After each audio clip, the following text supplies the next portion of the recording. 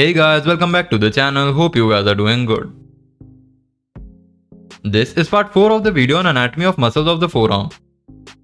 So without wasting any more time, let's get started.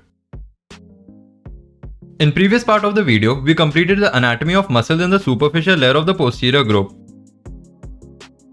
In this video, we will discuss the anatomy of muscles in the deep layer. Starting with the first muscle, the supinator. This muscle originates from the lateral epicondyle of the humerus and the posterior surface of the ulna, and gets inserted to the posterior surface of the radius. As the name suggests, the action of the muscle is supination of the forearm. Let's have a look. This is the lateral epicondyle of the humerus, and this is the posterior surface of the ulna, the points of origin of this muscle. This is the posterior surface of the radius, the point of insertion. So this muscle is the supinator. Next muscle is abductor pollicis longus.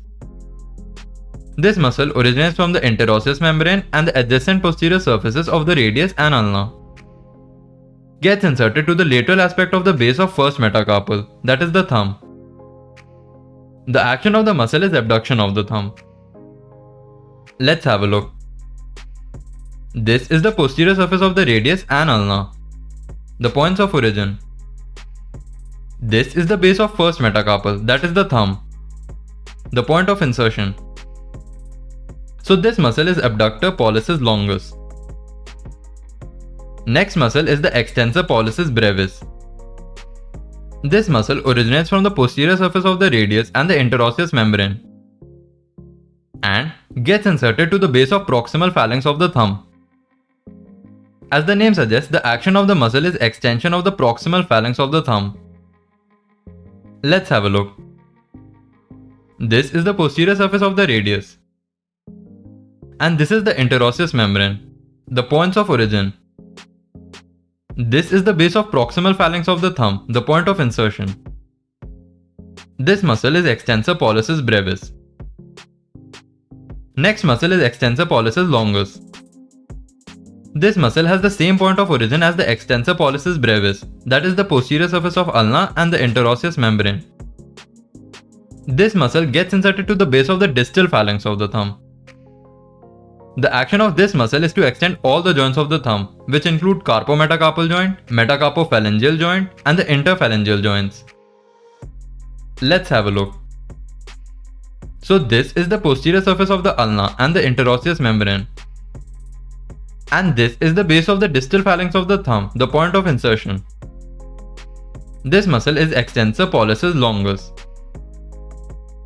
Last muscle of the deep layer is the extensor indices.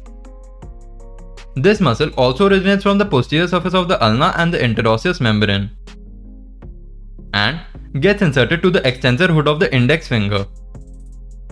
The action of the muscle is extension of the index finger. Let's have a look. This is the posterior surface of the ulna and the interosseous membrane, and this is the extensor hood of the index finger, the point of insertion. So this muscle is the extensor indices. Before ending this video, let's have a look at all the muscles.